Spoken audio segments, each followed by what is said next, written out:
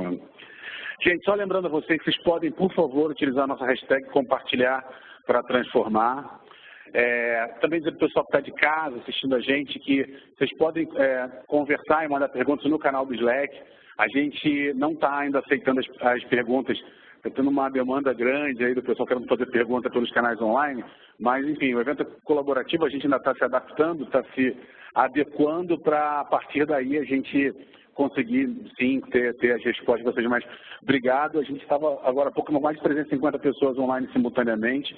Isso é um número muito bacana, ainda mais para um evento que a gente, na verdade, é que a gente não faz ideia do que a gente está falando aqui. Essa é a grande verdade. Bom, gente, demais recados, a gente tem mais recados e mais coisa para falar, mas podemos seguir?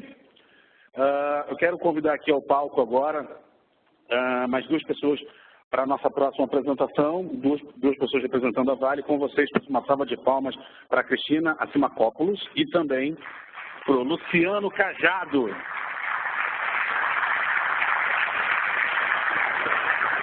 Tanto a Cristina quanto o Luciano vão conversar com a gente um pouco mais sobre as experiências de trabalhar com Open Innovation numa grande corporação. Seja bem-vinda, Cristina.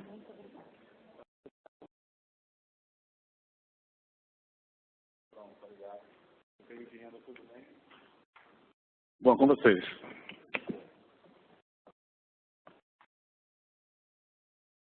Tinha também uns slides aí. Bom dia, pessoal. Obrigado aí pela oportunidade. Queria falar um pouquinho de algumas experiências e foi legal, bacana ver aqui quanta coisa convergente tem nesse processo de troca de experiências aqui. A gente começou uma iniciativa em São Luís, que a gente chamou de Inovale. Pode passar aí, por favor.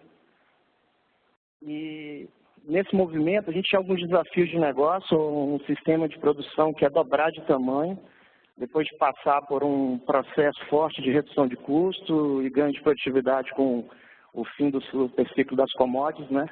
Então, a gente tinha realmente que pensar outras alternativas de buscar novas formas de operar, né? Então, a gente começou esse processo, ele pensando, acho que em 3 grandes direcionadores, né? Um que já foi falado aqui era disseminar a cultura de inovação, a sair um pouco das fronteiras das áreas de tecnologia, engenharia, fora de Seis Sigma, para envolver as operações, para que essa cultura de inovação chegasse lá nos operadores e eles passassem a fazer parte desse processo, né? Era um pouco de como trazer isso para toda a empresa, né? E um ponto interessante que foi falado aqui é que a partir dessa diversidade de perfis, a gente tem várias oportunidades de co-criar de uma maneira bem diferente, né? Um exemplo bacana que a gente teve dentro desse processo de engajar a diferentes perfis foi no Porto de São Luís, né? O Júnior é um dos nossos líderes lá no Porto, ele está até aqui com a gente. Por acaso eu vi que ele deu uma saída aí, mas daqui a pouco ele volta, né? Daqui a pouco eu apresento ele para vocês.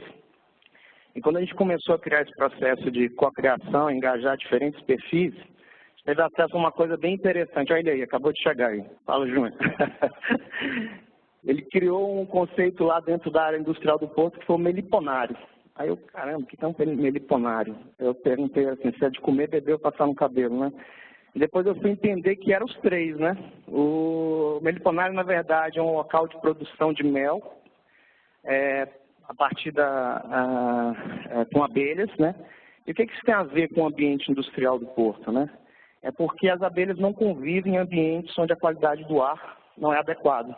Então, nós já temos uma vasta experiência de uso de sensores de IoT, controles ambientais, mas essa forma diferente de pensar o processo e trazer essa criatividade dentro de uma área industrial, ela abriu diversas outras oportunidades, inclusive na interação com a comunidade, né?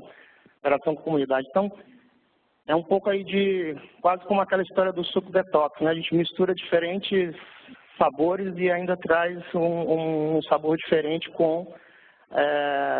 que ainda faz bem para a saúde, né? Então, trazer esse perfil das áreas de tecnologia com as áreas de operação, acho que foi um ponto importante dessa disseminação da cultura de inovação.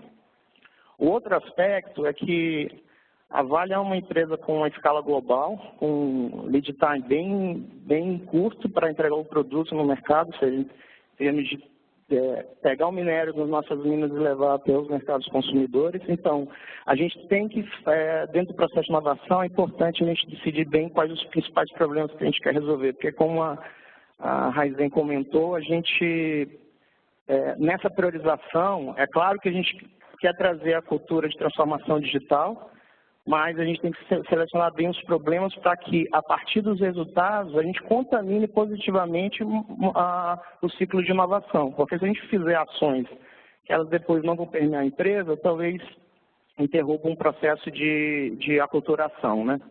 E o terceiro ponto é que a gente atua em diferentes comunidades no Brasil, algumas mais remotas e outras estamos aqui em grandes centros.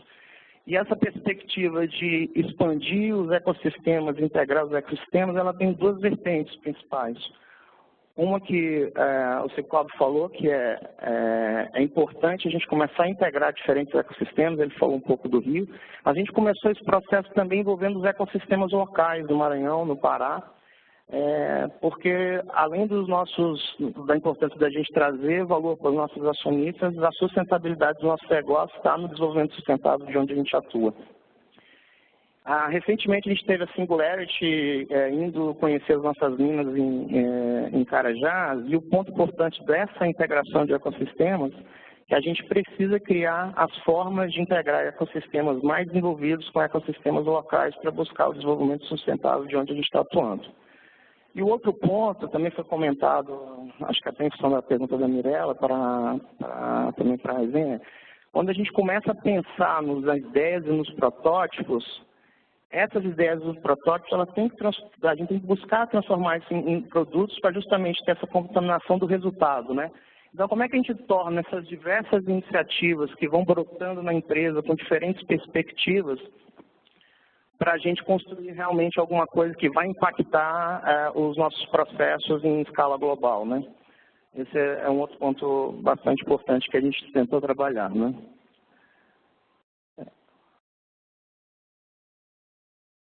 Aqui é um pouco dos vários movimentos que a gente vem buscando aí para trazer, né? Naquela própria ideia de começar a estimular a criatividade, uma das coisas que o próprio Júnior também criou foi os nossos ambientes de colaboração, isso depois criou uma contaminação. Ali no primeiro ponto do ambiente o Café Rovia que a gente criou também, um ponto interessante é que boa parte dos móveis que foram usados para criar um ambiente de colaboração eles foram feitos com material dormente que a gente descartou na ferrovia, né? Então, mostra também um pouco da criatividade da turma para começar a criar os nossos ambientes de colaboração. A gente buscou aí fazer várias visitas a ecossistemas, fizemos o programa de inovação usando o hub de inovação, que é a CreativeTech lá. Mais recentemente teve um trabalho bem interessante que mostra que grandes grupos tecnológicos podem ajudar grandes empresas a capitanear um pouco essa interação com as startups, que foi um hackathon que a gente fez recentemente em Belo Horizonte, que focou muito nos problemas, os principais problemas que a gente tinha, e teve um resultado muito interessante, com várias ideias geradas em cima de monitoramento das nossas correias transportadoras, inspeções de vagões e etc. E também as nossas parcerias mais de longo prazo que a gente tem com as instituições de pesquisa, né? Aí eu trouxe alguns pontos depois para a troca de experiência, vou passar para a Cris, que ela vai trazer outras perspectivas também, que era como balancear um pouco do ambiente de geração de ideias e experimentação com esse foco na disciplina e excelência operacional, ou seja, como é que a gente traz para realmente para uma cadeia que tem que ser muito eficiente e joga lá um processo diferente, como fomentar a integração desses ecossistemas globais e locais de forma sustentável, ou seja, tem que dar resultado e tem que gerar esse movimento, e também como e quais processos a gente precisa adaptar para acelerar os processos de inovação aberta. Tá?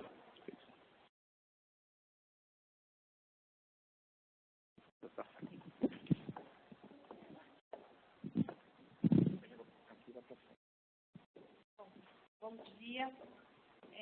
eu fiquei com o desafio de passar aquela parte que não é tão legal quanto as outras que foram colocadas. Eu faço parte da equipe que cuida dos bastidores de tudo isso que vocês estão vendo aqui hoje. Acho que outras empresas também, né, que gente, os advogados, que ninguém quer ouvir, porque parece que a gente tem que falar não, mas não é verdade. Então, eu trouxe para vocês aqui para compartilhar, seguindo aqui, né, a tradição do encontro do grupo, que é compartilhar experiências, para vocês um pouquinho de quais são, enfim, eu não estou me dando bem isso aqui não. Não, faltou um pedaço ali, mas tudo bem, não tem problema. Dentro da Vale, dentro do conceito de Open Innovation, a gente trabalha com algumas alavancas. Então, a mais tradicional, que tem um pouquinho mais de tempo aqui, é a parte de parcerias com universidades, institutos de pesquisa. A Vale, há 9 anos atrás, começou um movimento para centralizar essas atividades, lançando não só parcerias de longo prazo com órgãos de fomento e universidades, como também os 2 institutos tecnológicos Vale, não sei se vocês conhecem, a Vale tem 2 laboratórios de pesquisa que são CNPJs diferentes, sem fins lucrativos, que são 2 ambientes voltados para pesquisa. Nós trabalhamos também bastante com a modalidade de rede de pesquisa, consórcios, algumas parcerias B2B, e agora começou aí o movimento de startups. Luciana aqui foi um dos pioneiros aqui que ficou ativando aqui com a gente. E aqui, esse exemplo que ficou, porque a outra parte do slide é um modelo para vocês, para mostrar um pouco da complexidade do que é quando a gente fala em parceria. Muitas vezes parece que é fácil, né? A gente fala em parceria, vamos lá. Esse modelo da cátedra que a gente opera não é uma cátedra tradicional como tem nos Estados Unidos, enfim. Nós temos um desafio muito grande, que é o contato roda-trilho. Nós lançamos esse desafio para a USP. A USP topou tocar esse macrotema, mas a USP não conseguiria fazer isso sozinha. Então, nós começamos, por termos de adesão, a trazer outras universidades para dentro desse grande projeto que se chama Cátedra Roda Trilho. Para você conseguir amarrar todas essas pessoas, com regras diferentes, em localidades diferentes, eu não sei se tem mais algum advogado aqui na plateia, além da Claudinha, uma universidade federal opera de uma forma diferente de uma estadual, que opera diferente da empresa, que opera diferente do órgão de fomento.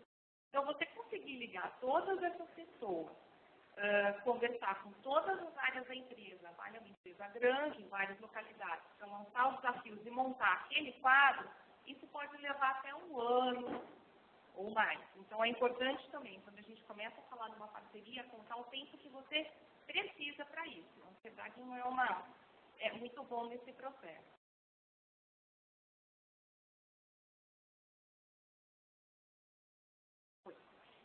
Aqui a Luciana até apresentou para mostrar para vocês uma das formas que a gente atua para a inovação aberta são parcerias com órgãos de fomento. Então, eu trouxe só 2 aqui para exemplificar, mas nós temos outras. A primeira é uma parceria grande da Vale com o órgão de fomento de São Paulo, a FAPESP, de Minas, a FAPEMIG do Pará, a FAPESPA. Foi um edital de 120 milhões de reais, mas nós contratamos, enfim, quase 100 milhões, porque o Estado de São Paulo tinha uma demanda um pouco menor por equipamentos, enfim. Os projetos ficaram um pouquinho abaixo do previsto, né, em termos de valores, mas foram 117 projetos contratados. E esse, eu acho que foi assim, um exemplo de open temas, né? Porque os temas, tinha uma lista de temas, de desafios da Vale, mas a gente deixou aberto. Por quê? A gente não domina tudo aquilo que pode estar acontecendo na comunidade acadêmica.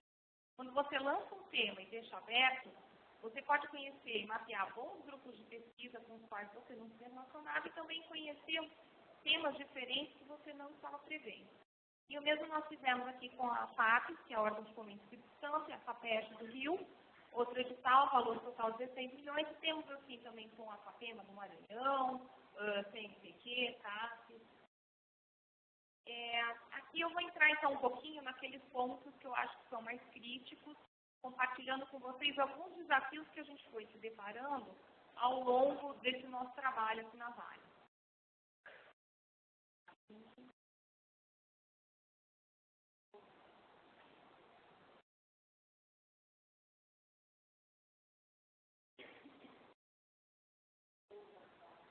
não está indo. Bom.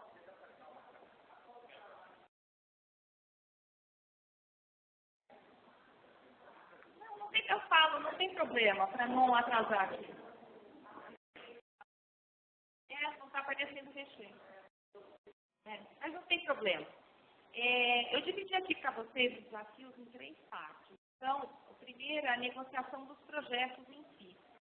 O primeiro ponto que a gente tem que alinhar, seja com uma universidade, com uma startup, com outra empresa grande, são as expectativas. Então, é muito comum nós, uma empresa grande, quando uma universidade se aproxima da gente, uma startup, da expectativa deles ser, em primeiro lugar, velocidade. Nós também temos nossas regras, nós também temos nossos tempos. Então, a gente tem que alinhar muito bem com esses interlocutores o fator tempo. E a gente sabe que dentro da empresa isso não é fácil, porque o orçamento que eu tenho agora em 2018 eu não vou ter em 2019. Então, se essa parceria não sair logo, a gente pode perder o orçamento. O outro ponto são os itens financiáveis. Nem toda empresa financia todo tipo de insumo necessário para a pesquisa. Então, isso tudo tem que ser alinhado com o pesquisador. Ou a gente acaba recebendo, e que é legítimo também na parte do pesquisador, alguns pedidos como secretária, do projeto, papel, enfim, coisas que a rigor deveriam ser contrapartida da própria instituição. Um outro ponto importante, que já começa aqui no alinhamento do projeto, tem relação com as pessoas, os interlocutores. O pessoal estava falando aqui anteriormente da questão de cultura, de inovação. Não adianta ter, do lado da empresa, para conversar com uma universidade, com uma startup, alguém que não consiga falar a mesma língua dele. Se você fizer isso, você mata o projeto. E tem que pensar que esse interlocutor vai conviver com essa pessoa durante os próximos 4, 5 anos do projeto, se for um projeto de longo prazo. Então, a formação de interlocutores para o ambiente de inovação é uma das coisas mais importantes que a gente tem que considerar hoje em dia, porque não adianta a gente... voltou. Bom, os interlocutores. A questão do escopo do projeto. Tá? O escopo tem que ser sempre muito bem definido para você conseguir desenhar as entregas, fazer algum tipo de cobrança e, mais importante, não reinventar a roda. É muito importante, antes de começar o projeto, se você tiver uma estrutura de patentes dentro da sua empresa, enfim, fazer uma busca de tudo isso para ninguém se frustrar lá na ponta final. Mapeamento de recursos humanos e de pesquisa, eu não vou poder cobrar de uma universidade um projeto que eu não mapeei se ele tinha realmente a infra necessária. E alinhamentos internos necessários com a área de operação da empresa que vai acompanhar o projeto e internalizará o resultado. Ainda que você tenha uma área de inovação centralizada, com recursos de P&D ali, com nome e sobrenome dentro da empresa, se você não tiver a operação, a área da empresa que vai internalizar o resultado ao seu lado, aquilo não vai adiantar nada. Você precisa de alguém que acompanhe desde o início. Tá? Bom, aí aqui entrando um pouquinho na minha praia, que é a questão do instrumento jurídico. Não vou ser chata, não se preocupem, é só assim. A questão do objeto do projeto bem definido. Tem que ter certeza de nos tratar de prestação de serviço.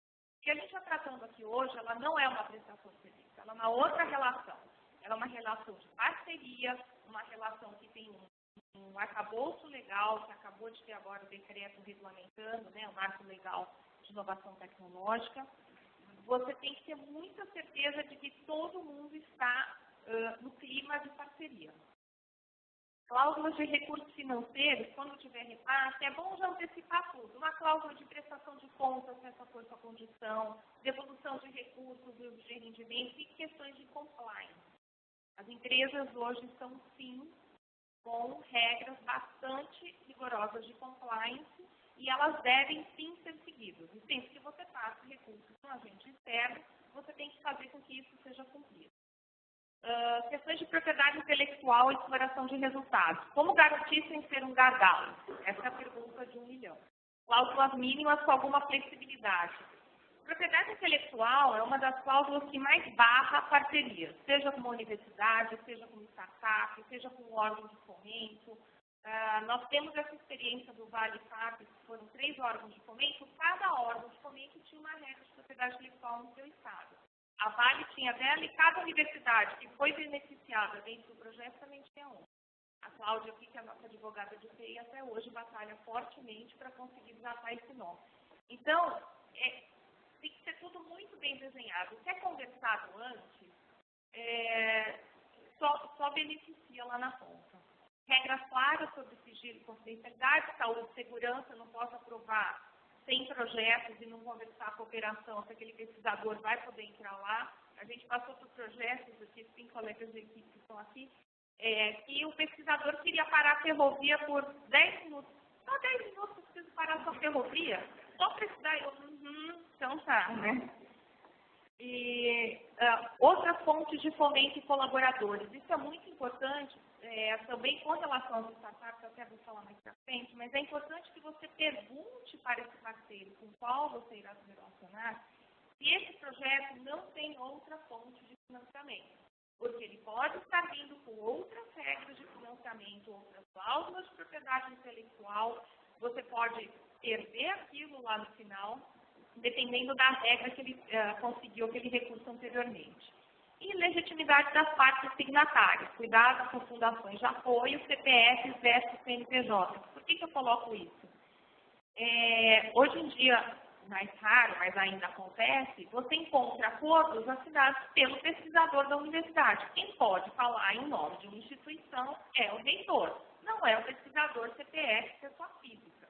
E alguns, para não ter que passar pela Procuradoria Jurídica e algumas outras instâncias, eles acabam assinando e a gente desse lado acha que está tudo bem quando vai ver aquele contrato não é legítimo. Tá? Então, esses são alguns cuidados, assim, bem resumidos, mas que, de novo, se você tiver um bom interlocutor dentro da sua empresa para conversar com esses agentes externos, tudo isso pode ser mapeado de uma forma bem tranquila e segura. Depois vem a parte da internalização dos resultados de qualquer parceria. Então, você tem que prever relatórios de acompanhamento dos projetos, publicações previamente analisadas de proteção de TI. Não adianta, agora saindo um pouquinho da esfera das startups, entrando mais na realidade das instituições de pesquisa, publicação é a moeda de troca do pesquisador. Sem publicar, o pesquisador não sobrevive, não consegue recursos de órgãos de fomento. Então, esse ponto é muito importante. Tá? Os nossos acordos, eles prevêem, e não é análise para evitar a publicação, não é dizer, não, você não pode publicar. É simplesmente para que a gente possa fazer uma busca prévia de se aquele resultado é passível de proteção ou não. Transferência do know-how ao longo da execução, envolvimento da área interessada, área cliente da empresa. Então, não adianta a gente fechar a parceria se não tiver ninguém da área da empresa ali. Eu já tive reuniões com parceiros externos que disseram, poxa, lá no passado eu fiquei frustrada porque ninguém da área acompanhou, não viu o resultado sendo internalizado dentro da empresa. Isso é algo que a gente tem que acompanhar muito de perto, até para não frustrar aquele parceiro que pode ser parceiro para N outros projetos. Viabilidade de nova fase do projeto e comunicação e acompanhamento da transferência dos resultados para ser feito.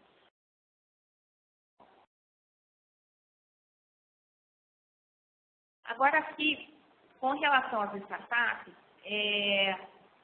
sendo muito resumida, mas são perguntas que elas devem ser feitas sempre antes da gente entrar numa relação com as startups, principalmente em decorrência da natureza das pessoas e da origem das startups. Muitas startups vêm do ambiente universitário. Então, o primeiro ponto, aquele que eu já reforcei, verificar se é uma relação de pesquisa e desenvolvimento ou de serviço. Em segundo lugar, o vínculo empregatício desse pesquisador, verificar conflitos de interesse e autorizações necessárias. Por quê? O pesquisador pode ser um professor de dedicação exclusiva de uma universidade pública federal ou de uma universidade pública estadual. Isso pode inviabilizar o andamento do projeto. Quem será o gestor da empresa? Se for pesquisador de universidade, questionar se o vínculo permite ser sócio-gerente, vínculos e licenças institucionais, etc. Pesquisador inovador nem sempre é um bom empreendedor. Né? Nem sempre aquele que é um bom inventor é um bom administrador e vice-versa. Isso é um clássico. Mas acontece bastante do gestor da empresa ser o próprio pesquisador que desenvolveu aquela tecnologia. Então, em primeiro lugar, a gente tem que ver se ele pode fazer isso, se ele pode ser um software gerente. Hoje, de novo, né, tem toda a legislação aí que acompanha.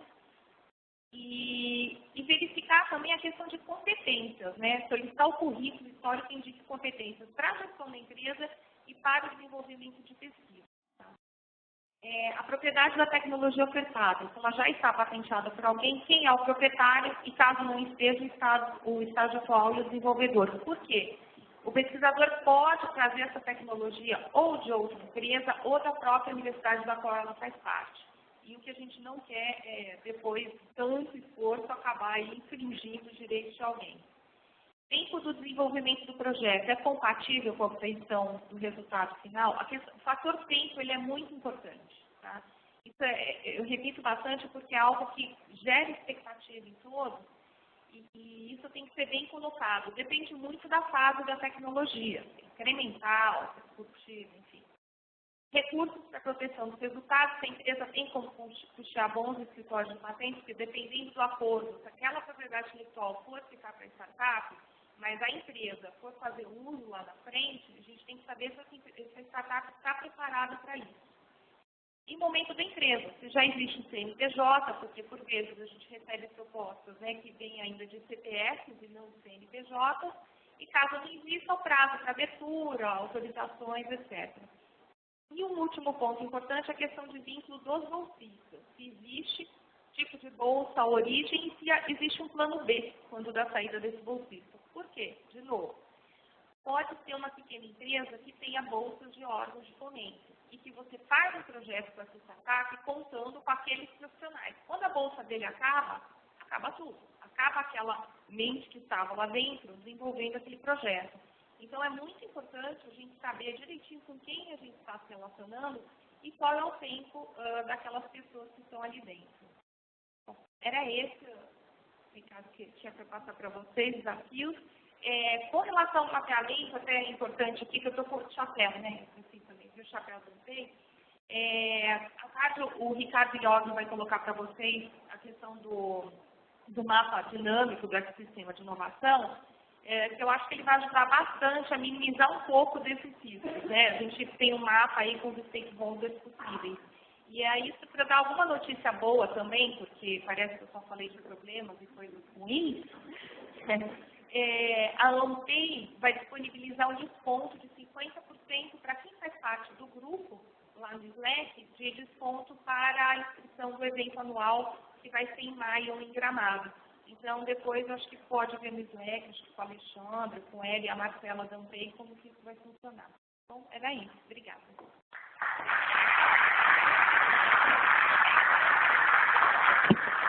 Bom, obrigado, Cristina, Luciano. Acho que a gente tem espaço para umas 3 perguntas. Se alguém tem pergunta?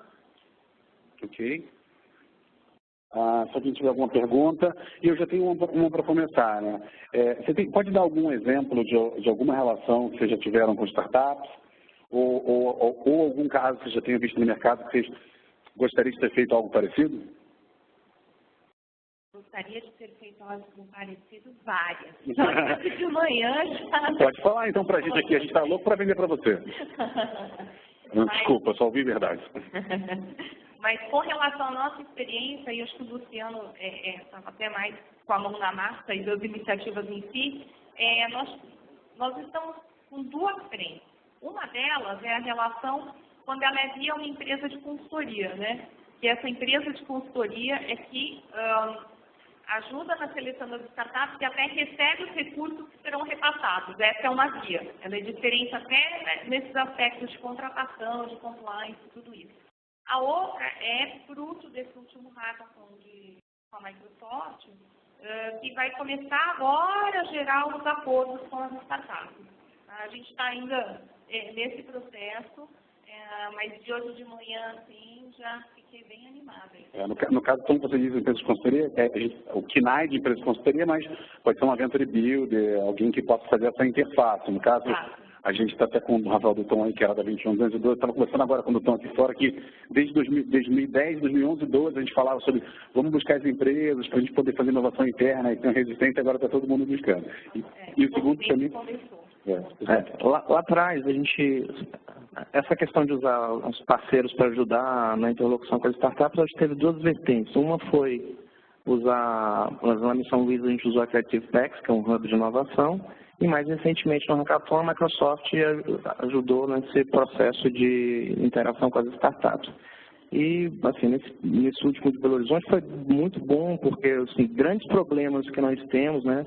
Aqui também tem o Rodrigo, nossa excelência, Neemias também podem trazer contribuições adicionais que conduziram aí o processo lá do Hackathon em Belo Horizonte.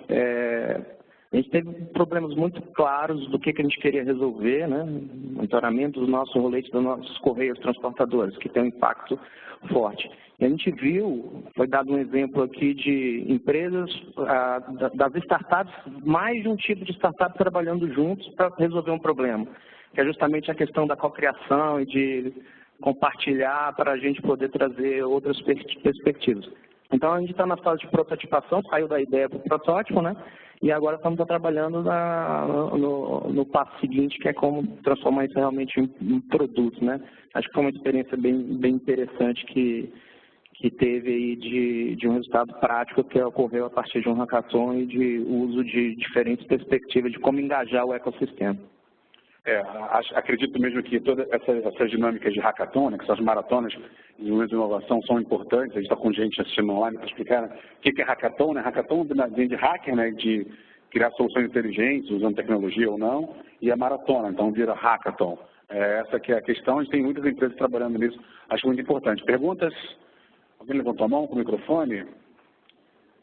Vocês estão bem espertinhos, né? Ou com vergonha, não sei. Todo mundo consegue entender? Então é isso.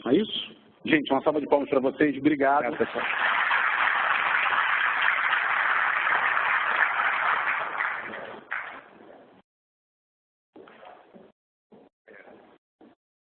Um outro ponto, obrigado. Tudo bem, dona Lindália, juntos pelo Rio aqui conosco, seja bem-vinda. Uma das coisas bem legais que a gente tem aqui que existem hoje no mercado, né? Acho que com a questão do Startup Brasil, muitas empresas abriram para ser aceleradoras e depois se tornaram em consultorias. Então, existe sim um mercado grande hoje de pessoas com alguma experiência, com bastante experiência também, para ajudar as empresas a inovar, né? Eu me tive uma boa experiência agora, tanto com o Cicobi quanto com o Banco Original, desenvolvendo essa área de inovação. Isso acaba sendo muito importante. Bom, dando continuidade à nossa programação, quero convidar aqui ao palco agora e pedir a todos vocês uma salva de palmas para a querida Luciana Hashiba, que vai mediar o nosso próximo painel. Uma salva de palmas para a Luciana.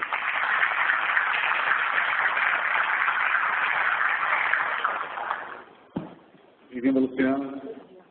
Foi difícil chegar? Você que vai chamar? Não, é você que chama, só que só estou fazendo só uma recepção, você se acomodar, ficar à vontade. Fica à vontade. Acho que eu vou ter que ficar de pé, porque estão claros. Eu vou ficar aqui. Você quer... Tudo bem, por mim tudo bem. O importante é que você mediu o painel aí. Então tá bom. Bom, com vocês então agora, um pouco mais da experiência da indústria com inovação aberta com vocês, Luciana Hashiba. Oi, gente, bom dia. Eu não lembro se na programação tinha saído, era para o Guto ou a Elisa estarem por aqui, a gente não conseguiu ver todos aqui. Mas eu venho aqui com o desafio de substituí-los. A ideia desse painel é a gente falar um pouco sobre inovação na indústria, e por isso a ideia é que a Bebê estivesse aqui, mas eu vou chamar uma pessoa que acho que vai trazer um olhar transversal, que é a Carla Santos, da Firjan. Por favor, uma salva de palmas. Aí a gente vai trazer 3 pessoas de indústria que também vão nos ajudar justamente a trazer uma perspectiva complementar, e que é legal é que são de segmentos diferentes, né? Então, o Alexandre Gretensky, da Nissan Renault, o Lucas, da Renault, e o Ciro Calixto, da BRS. Por favor.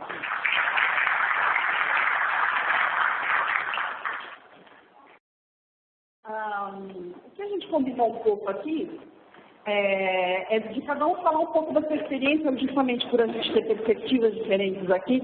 Eles falaram 5 minutinhos da experiência que eles têm da inovação na indústria, e aí depois eu combinei uma perguntinha rápida, e aí a gente abre para perguntas, tá bom? A ideia é pedir para a Carla começar, para ela trazer uma visão dela justamente mais transversal, e aí a gente passar para os meninos. Pessoal, bom dia. Antes de mais nada, gostaria de agradecer o convite. Para nós do Sistema Firjan é extremamente importante participar de eventos como esse. A gente entende que o motor da inovação é a indústria, né? E queremos ser esse celeiro de discussões, queremos ser esse agente articulador.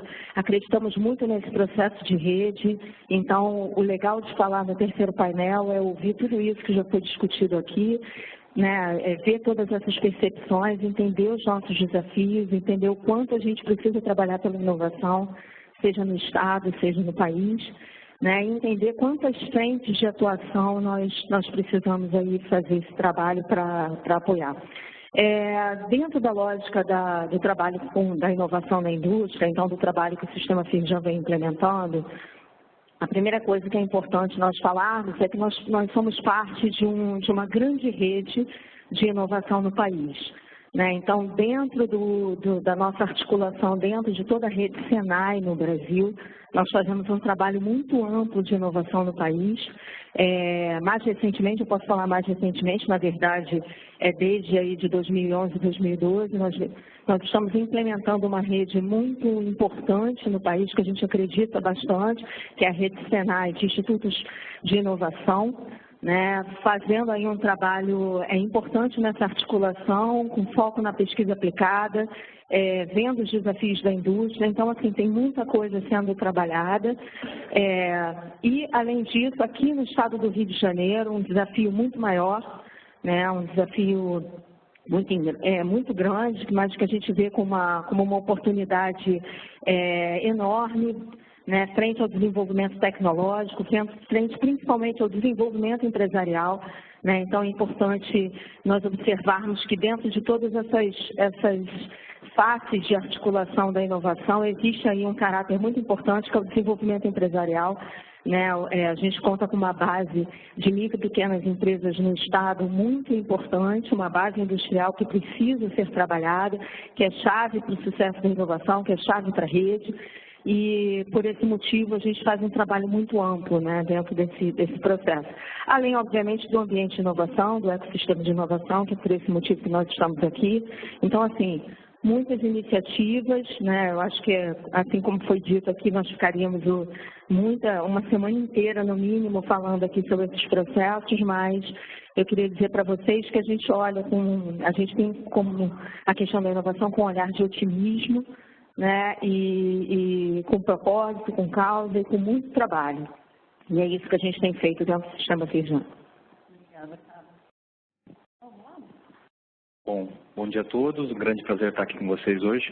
Eu não vou contar a história da Rumo, eu acho que eu vou contar um pouco da história da ferrovia e por que a gente está falando de inovação na quarta revolução industrial, um segmento que esteve presente na primeira revolução industrial, sendo o símbolo dela, né? Quando a gente olha uma representação da primeira revolução industrial, a gente vê um terceiro automatizado ou uma máquina a vapor, geralmente representado por uma locomotiva. E agora, mais de 200 anos depois, estamos falando aqui da quarta revolução industrial, num segmento com uma maturidade dessa. Então, como é falar de inovação numa ferrovia? No Brasil, eu acho que a gente está renovado, né? Nos Estados Unidos, no século XVIII, tinha 3 vezes mais malha ferroviária do que no Brasil no século XXI. Então, isso mostra que a gente tem um poder de expansão muito grande, aí atrelando a ótica da Firjan, porque eu também defendo a inovação com uma ótica de desenvolvimento econômico. O Brasil tem uma grande oportunidade, né? A gente vem discutindo a Rumo, né? Desde 2014, integrando o Grupo Cosan como controlador. A gente vem trabalhando fortemente para recuperar a eficiência do modal ferroviário nas malhas que a gente tem a concessão, que é no Rio Grande do Sul, Santa Catarina, Paraná, São Paulo, Mato Grosso do Sul, uma área que representa 80% do PIB brasileiro. E agora a gente vem numa discussão de novas trechos ferroviários, né? Norte-Sul, a Ferrogrão, Pacífico Atlântico, com o pessoal da China discutindo lá uma coisa que passar uma ferrovia no meio dos Andes. Enfim, então a gente vive um cenário de oportunidades para a ferrovia, e se a gente olhar no horizonte de longo prazo, aí 2050, a população do mundo em 10 bilhões de pessoas, a demanda de alimentos crescendo 70% em relação ao que a gente tem hoje. Então a ferrovia, a logística no Brasil e a mobilidade, aí depois o Grey vai falar também de mobilidade, mas são temas fundamentais para a gente olhar o Brasil no horizonte de longo prazo e garantir a sustentabilidade econômica, né? Poxa, a gente foi falado do Senai, e o Senai tem sido um grande parceiro da Rumo, né? Em breve vai ser inaugurado, no ano que vem vai ser inaugurado em Maringá o Instituto Senai de Inovação, que terá um foco da ferrovia também. Então a gente falando de disrupção da ferrovia, falando de novos componentes, de novos materiais, um segmento que nesses 200 anos de história, mais de 200 anos de história, não teve tantas transformações disruptivas, né? O que a gente teve foram incrementais de aumento de produtividade, desde a saída da locomotiva a vapor, agora com a diesel elétrica, maior eficiência de vagões, mas a gente ainda carece de uma discussão disruptiva, né?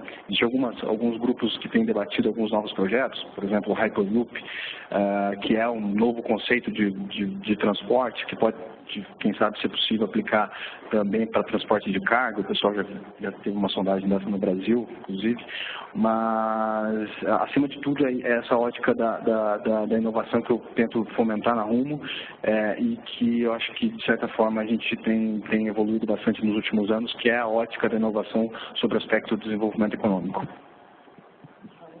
É interessante a gente começar a ver indústrias ou segmentos tão tradicionais começando a falar de uma inovação e de inovação cada vez mais disruptiva. Vamos lá?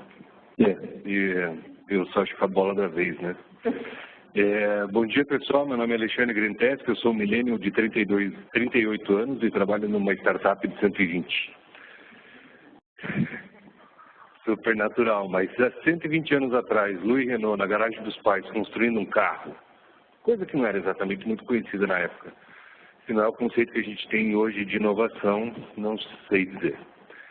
Em algum momento a gente abraçou o processo, a governança, e aí a gente conseguiu chegar a 125 países, mais de 125 mil funcionários no mundo, o que é, de certa forma, bastante relevante, e com as últimas, não são fusões, não são compras, mas as nossas últimas alianças com o Nissan, que já tem 18 anos, vai para 19 aninhos já, e também com a Mitsubishi passamos a ser o maior grupo automotivo do mundo, tanto para elétricos quanto para carros a combustão.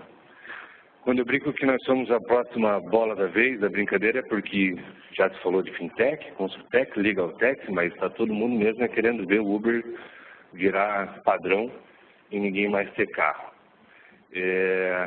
A gente acredita que sim, isso, eu falo por Alexandre, não em nome de Renault, não tenho essa autorização, mas eu percebo que sim, o movimento que a gente percebe lá dentro é que a gente acredita que sim, muita coisa vai mudar. Mas o carro, ele sempre foi o sinônimo do desenvolvimento das cidades, foi o sinônimo do desenvolvimento de indústrias, de pessoas, inclusive.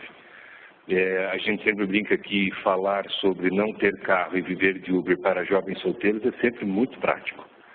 Casando, tendo filhos ou ficando mais velho, isso acaba não funcionando na mesma regra.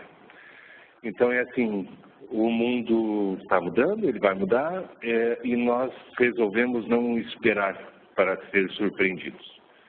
Já tem algum tempo, estamos nós tentando construir o que seria esse novo futuro, para evitar o que, por exemplo, aconteceu com as fintechs chegando e pegando de surpresa os grandes bancos e, de certa forma, até causando uma grande revolução na vida deles.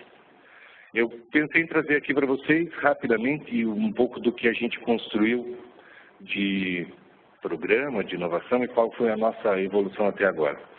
6 anos atrás, a gente, com a parceria do Senai, lá em Curitiba também, a FIEP nos alocou um consultor, o Tarso, que é hoje, até hoje, posso dizer que o pai da inovação lá para a gente. E ele ajudou a gente a construir uma plataforma.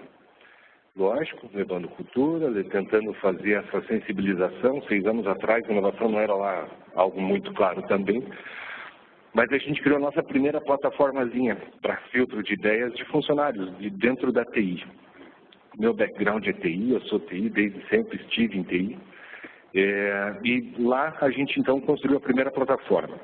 Foi super legal, 200 e tantas ideias, 90% dos funcionários dando contribuições, mas a gente teve uma ideia implementada. A gente falou, puxa, legal, a galera sabe, tem ideias, sabe dar ideias, mas está faltando alguma coisa. O ano 2, a gente foi, então, um novo foco em tirem as ideias do papel. Proporcionalmente, muito menos ideias novas, algumas ideias surgindo, sendo implementadas, mas a gente em algum momento chegou e falou, puxa, legal, mas juntar 3 planilhas no Excel e no SharePoint não é exatamente a inovação que a gente espera. Então, o terceiro ano é, vamos botar ideias para o negócio? Vamos lá, legal. Um monte de ideias novas aparecendo, ligadas a negócio, mas menos implementadas e menos ainda ideias sendo oferecidas. O que, de certa forma, fez a gente olhar para trás e falar assim, escuta, onde é que está o problema, né?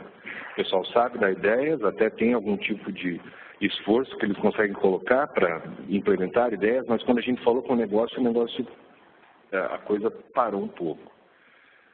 Aí foi quando a gente foi observar que o relacionamento com o negócio, ele encontrava uma diferença de maturidade muito grande. A gente já estava no 3º ano de um processo de inovação, gerando cultura, criando esse ambiente cultural para dar ideias, para se sentir livre, para não ser ridicularizado por dar uma ideia louca. Ele não encontrava o mesmo cenário com a área de negócio. A gente chegava, dizia, legal, vamos fazer um negócio junto, vamos, é nóis, fechou, mas a coisa não andava. Nem sempre a gente tem nas empresas pessoas que eu sempre brinco sobrando. Então, a gente chegava lá com uma ideia louca, alguém falava, puxa, parece legal, vamos fazer uma reunião, 2 horas, coloca 20 pessoas numa sala para discutir os próximos passos. Não vai rolar.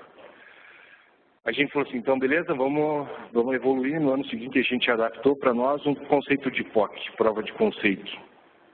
Enfim, eu já escutei vários nomes aqui hoje, mas essa prova de conceito dava à ATI um pouco mais de autonomia. Então a gente vai lá, vê com a área, a gente pode fazer, legal, bacana, mas a gente não vai te incomodar. A gente vai fazer por si e a única coisa que eu preciso é que você toque testar o que foi feito no final. Só nesse ano a gente teve mais de 60 e tantas POCs, mais de 10 milhões de reais em economias. A gente fala em economias. Quando a gente pensa num carro, um produto que mal construído ou mal utilizado mata, a nossa tolerância a risco é 0.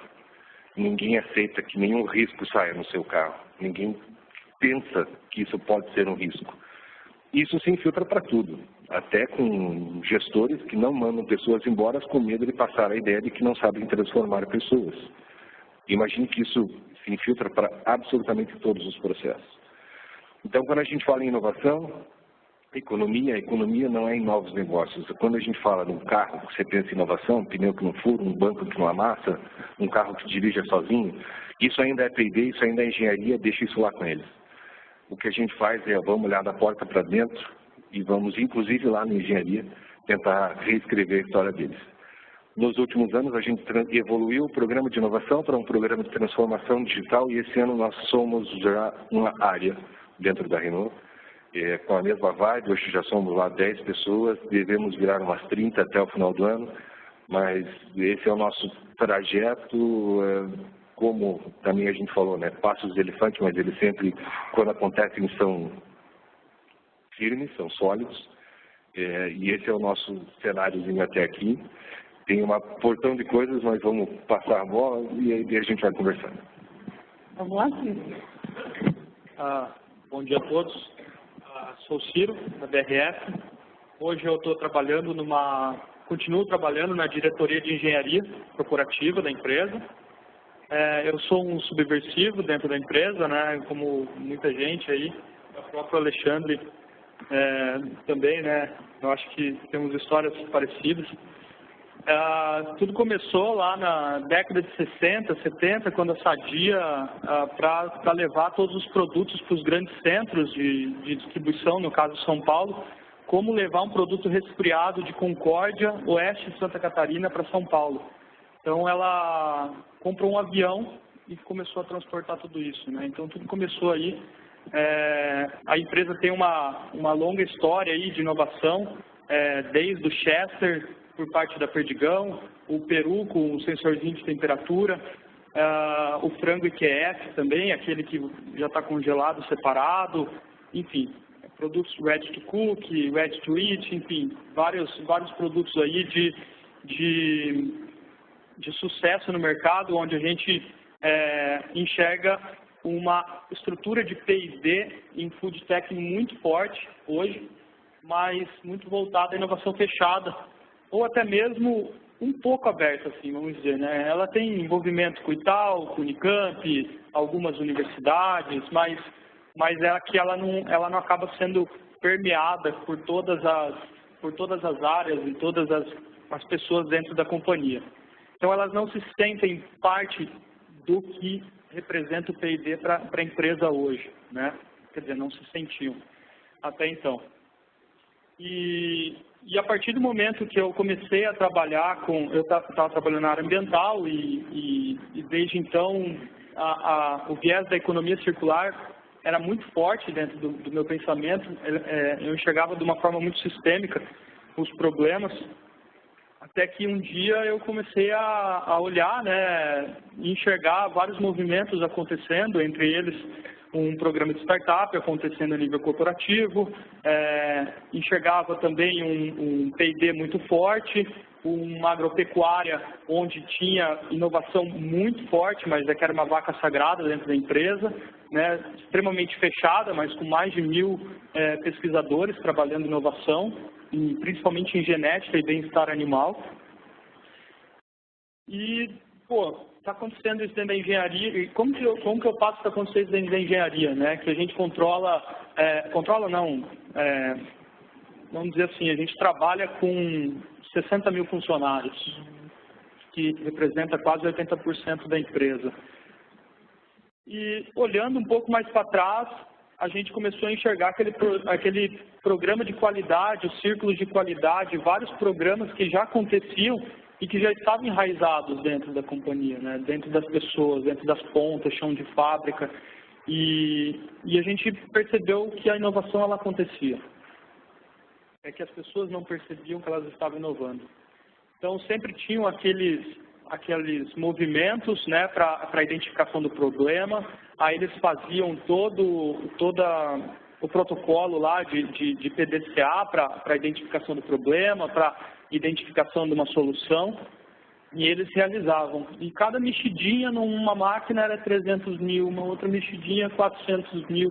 Aí vai, bom projeto, 4, 5 milhões de reais, só que ficava restrito em uma planta, e a gente tinha 40 plantas, a gente tem 40 plantas, né? Como que isso permeia?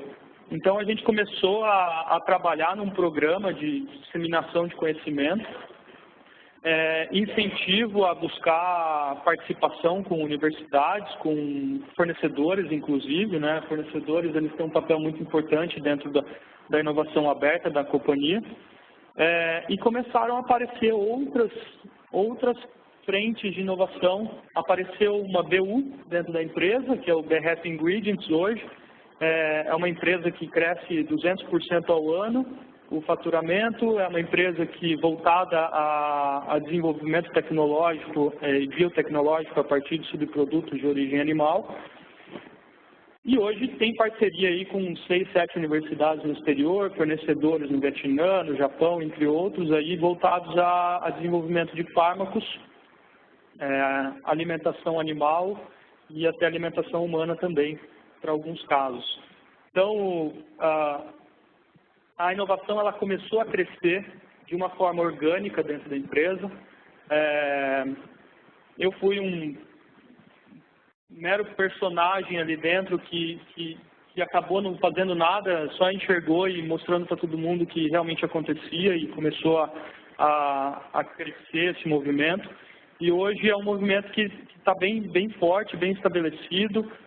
A gente entende que tudo que foi feito foi de uma construção orgânica e também de uma forma que a gente conseguisse mostrar resultado a curto prazo também, né? Porque eu acho que o mais importante disso tudo é você mostrar para a alta liderança de que é possível, e mostrando isso, a única forma mesmo é mostrar resultado de curto prazo e também fazendo planejamento estratégico, até ali que a Fabiana falou, que é mais importante do que tudo, né? Você saber enxergar o que você quer ser daqui 10 anos, ou daqui 15, 20 anos. Então, essa é uma frente muito importante que a gente está olhando, mas que também cai, quando a gente olha no futuro, naquele conceito cultural que se torna uma barreira, né? Você falou do carro, eu já falo da carne, cara. A carne é o mais difícil de todos, eu acredito, porque é uma coisa que ninguém imagina ir comendo carne de laboratório no futuro, né? Mas não sei nem se vai chegar até aí, porque até para as pessoas lá dentro é um tabu muito grande falar de tudo isso. Mas a gente tem que trabalhar de uma forma onde a gente se torna uma plataforma de alimentos, né, onde a gente possa produzir frango, a gente pode produzir carne de porco, mas também pode produzir outras fontes alternativas de proteína aí também, que é um próximo passo aí que a gente está tentando levar para as áreas de P&D e agropecuária também. Obrigada. Pensou em fazer uma abordagem agora, talvez ela tenha um olhar para dentro e para fora, mas não sei se vocês se lembram quem estava no último encontro, o Ricardo Campos, não sei nem se o Ricardo está aqui, mas o Ricardo fez uma observação quando ele estava meio de saída lá, fez um paralelo da inovação com a qualidade. E ele comentou no dia, ele falou, às vezes eu fico incomodado quando as pessoas falam, não devia existir uma área de inovação nas empresas, porque a inovação deveria estar difundida em toda a empresa. Ele falou, só que às vezes eu faço um paralelo com a qualidade, onde sim a qualidade já está bem, e o Ciro até comentou, né, já está bem difundida na empresa, mas ainda existe alguém que está fazendo a gestão desse tema. E aí eu pedi para o pessoal pensar um pouco nisso e contar um pouco para a gente o que eles acham em relação à experiência deles nas organizações, esse paralelo da qualidade e da inovação. Quer dizer, a gente viu a Cris, por exemplo, falando que ela faz os bastidores, por exemplo, de vários programas da Vale, e isso traz esse olhar e fala, bom, e aí, qual é o futuro de muitas pessoas que estão aqui, inclusive, de áreas de inovação, ou, na verdade, muitas empresas, o movimento começa de outro jeito, né? Começa e ele vai se difundindo. Eu queria pedir para os nossos convidados aqui fazerem comentários sobre isso. Agora podemos espalhar. Quem quiser começar, fica à vontade. Bom, posso começar. Eu acho que a pergunta é uma provocação muito válida, só que eu imagino uma área de inovação difundida pela organização no estado da arte. Porém, um questionamento que eu faço quem que vai cuidar da inovação disruptiva do negócio? O que já divulgou anteriormente foi apresentado que as inovações que são incrementais, ela é de responsabilidade do negócio. Eu defendo essa ótica também. Por outro lado, eu ainda defendo que há necessidade de ter uma área focada em inovação radical ou disruptiva, que possa olhar sobre um aspecto de uma governança, fazendo uma ligação entre a visão estratégica, a visão do desenvolvimento, a visão da viabilidade econômica da inovação, que não necessariamente a área de negócios leva até essa preocupação. Realmente, para a inovação, existe uma série de incentivos no Brasil que são pouquíssimo aproveitados ainda, desde capital subsidiado para a inovação, a lei de incentivo, e que faltam projetos para isso. E como que a gente vai delegar isso à área de negócio, para pensar esse tipo de iniciativa, monitorar os incentivos que existem no mercado? Então, eu gosto dessa provocação, eu acho que a gente deve buscar o máximo possível levar para as áreas do negócio o pensamento de inovação e o pensamento da melhoria contínua, até porque a inovação ele por si só, um fator de desenvolvimento econômico, ele é a necessidade de sair do status quo, ele é a necessidade de buscar uma fator de maior competitividade em relação ao seu concorrente, porém, a necessidade de ter uma área focada nisso era porque a inovação ele diferencia em modelos de negócios divergentes. Né? Por exemplo, a Renault, uma BRF que está preocupada e que a sua marca está exposta para o cliente final, que a cada ano ela precisa lançar novos produtos para poder se diferenciar da sua concorrência. Ela é muito diferente de uma ferrovia, que é uma grande escala, de custo.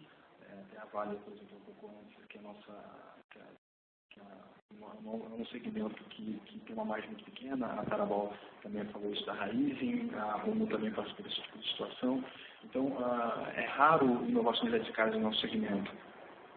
Então, a inovação não é uma receita de bolo, ela tem que ser adaptada a cada modelo de negócio e ela tem que ser pensada diferente em cada modelo de negócio, aproveitando o máximo possível dos seus benefícios de longo prazo.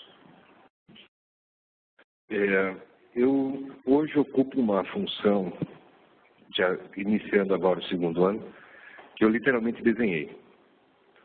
Quando a gente se encontrou lá no Open Innovation Week e a gente falou assim, vamos fazer um encontro, era difícil encontrar pessoas que também estivessem trabalhando, vamos lá, abertamente como inovação aberta.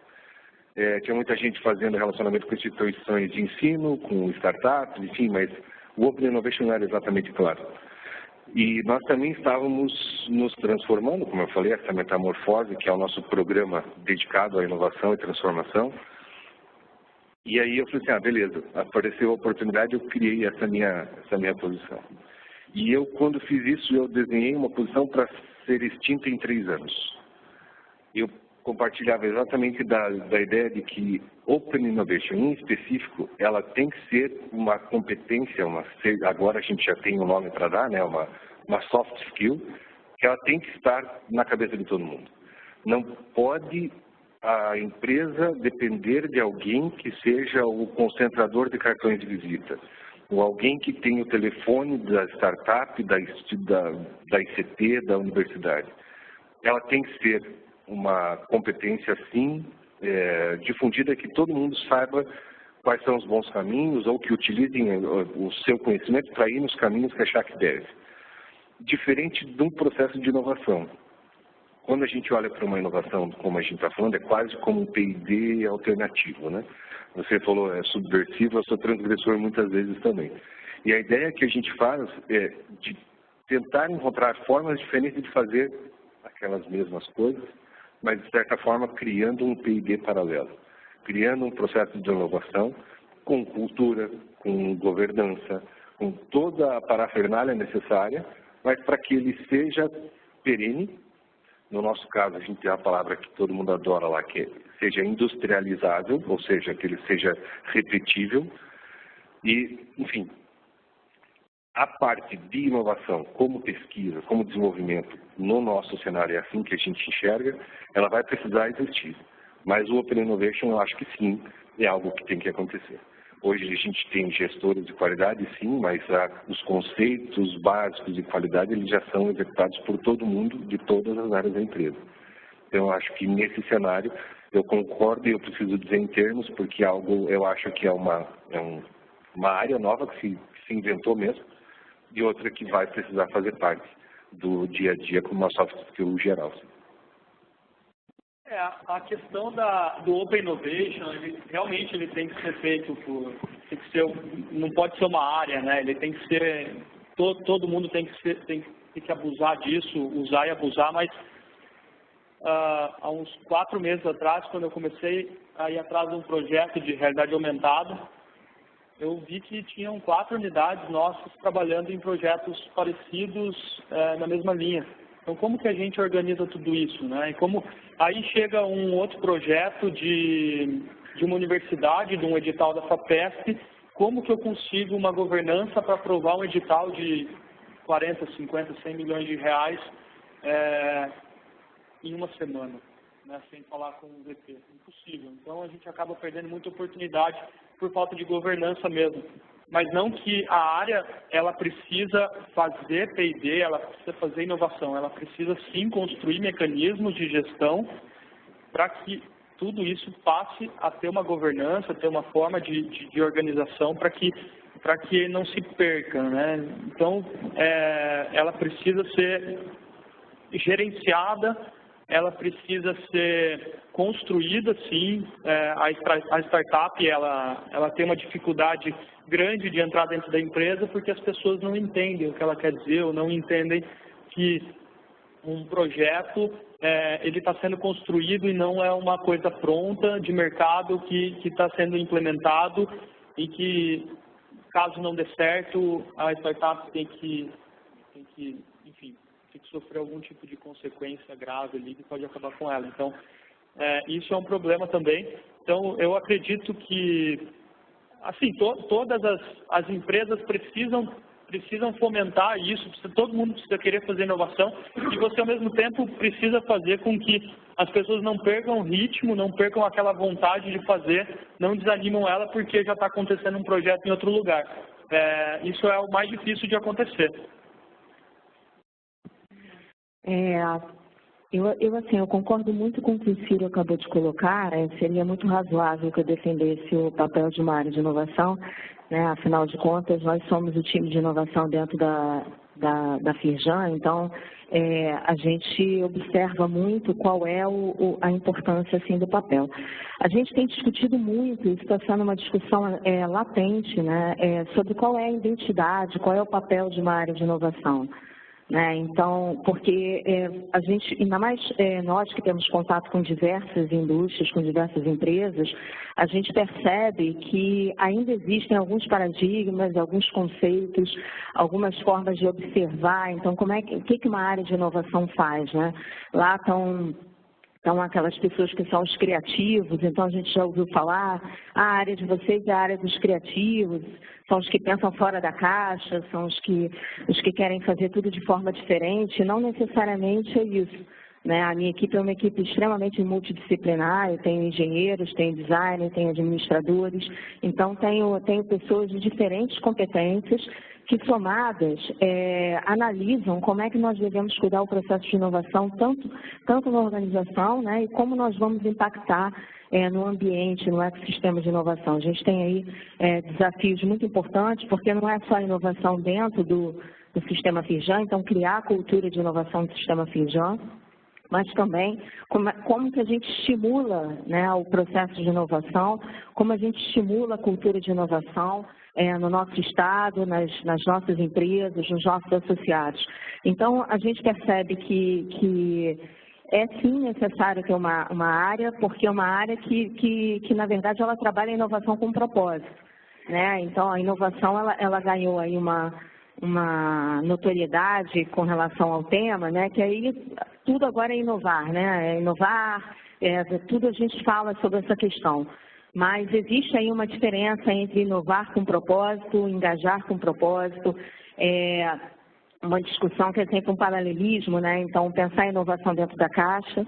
Quando a gente fala dentro da caixa, não é na questão da ideia, né? Do que vai ser criado, mas como nós trabalhamos isso sob forma de processo. Né? Então, às vezes, vem os questionamentos. A inovação não apresenta resultado, o processo da inovação, a gente não sabe como acontece, essa questão de padronização. Então, dentro lá do Sistema Firjan, nós temos os nossos institutos, e como a gente trabalha com várias áreas de competência, não é raro nós observarmos pessoas trabalhando na mesma lógica, na mesma perspectiva, com ideias que podem se complementar, mas que às vezes não conversam. Então, um gasto de energia muito grande que poderia estar convergindo para um objetivo mais amplo. E esse é o nosso papel, esse é um dos nossos papéis dentro da organização. Então, eu acho que sim, existe uma necessidade ainda, pelo menos é o que a gente observa, de cuidarmos dessa questão das capacidades tecnológicas. Né? Então, observar como a gente deve trabalhar questões relacionadas tanto a sistemas físicos, quanto às rotinas, quanto às pessoas. Né? A gente acredita muito nesse processo, o nosso time de inovação, de acúmulo de capacidade tecnológica para que nós possamos inovar.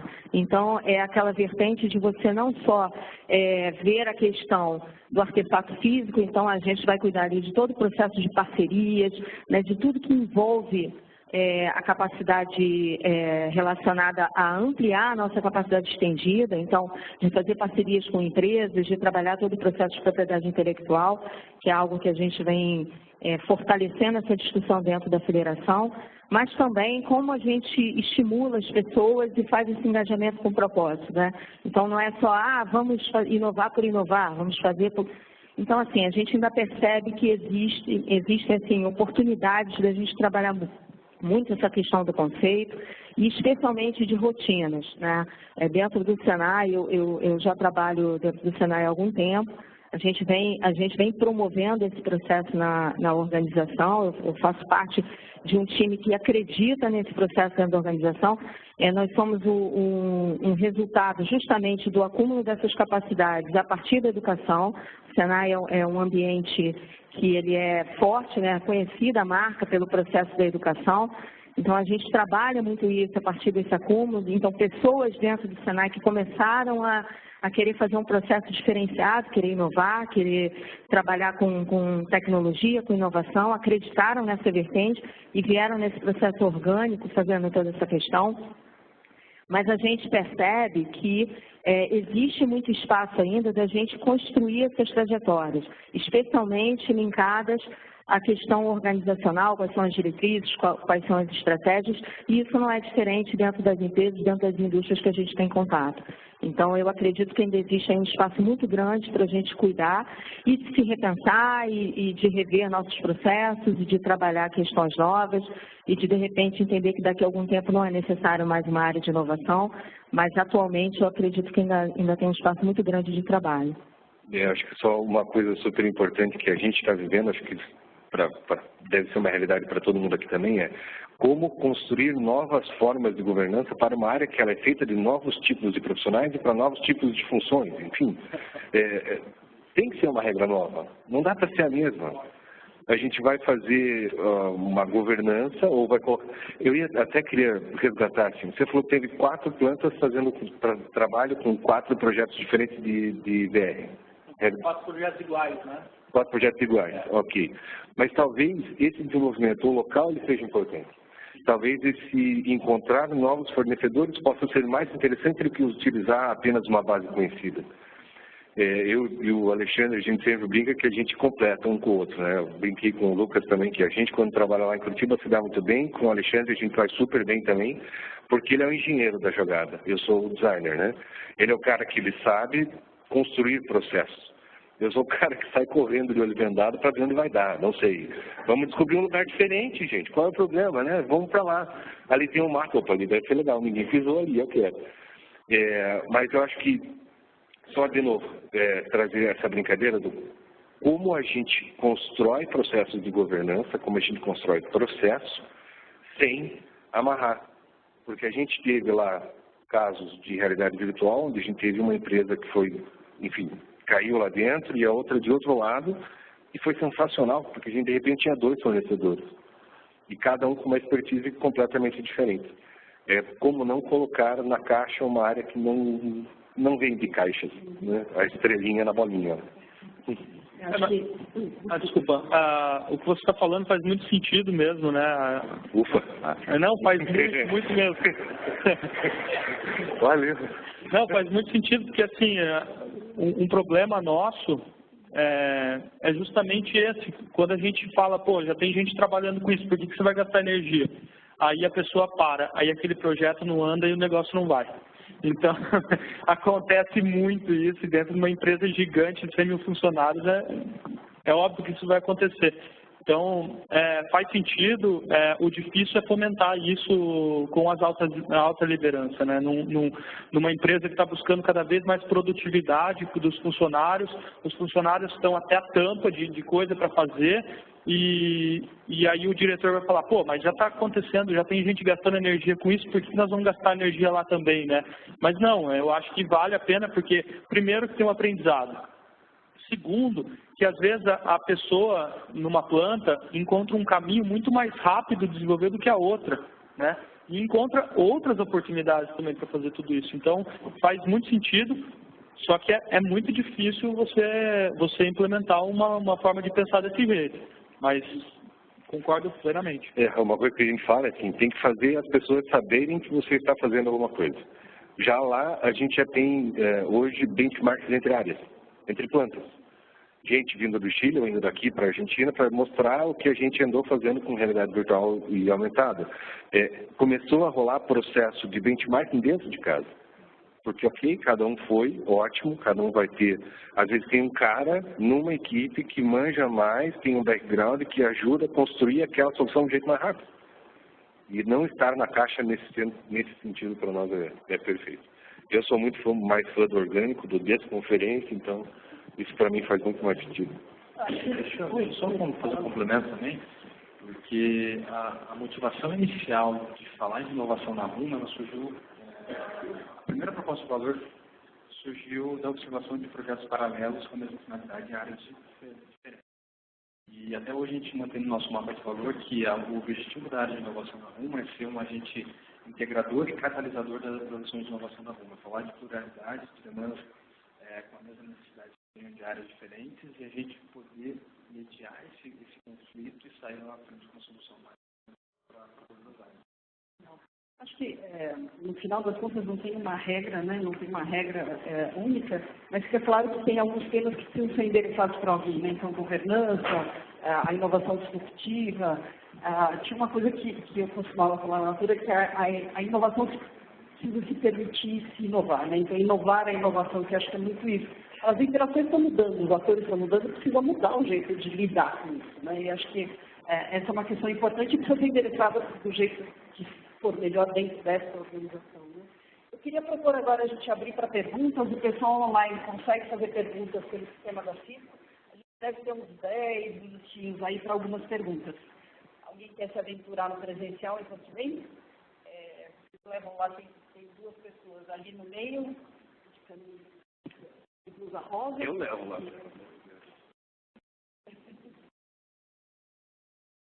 Se puder só se identificar e aí fazer a pergunta, tá bom?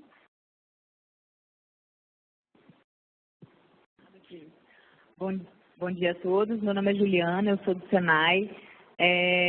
A gente vem trabalhando nesse tema, né? Conheço alguns colegas que estão aqui, já participaram com a gente em algumas ações.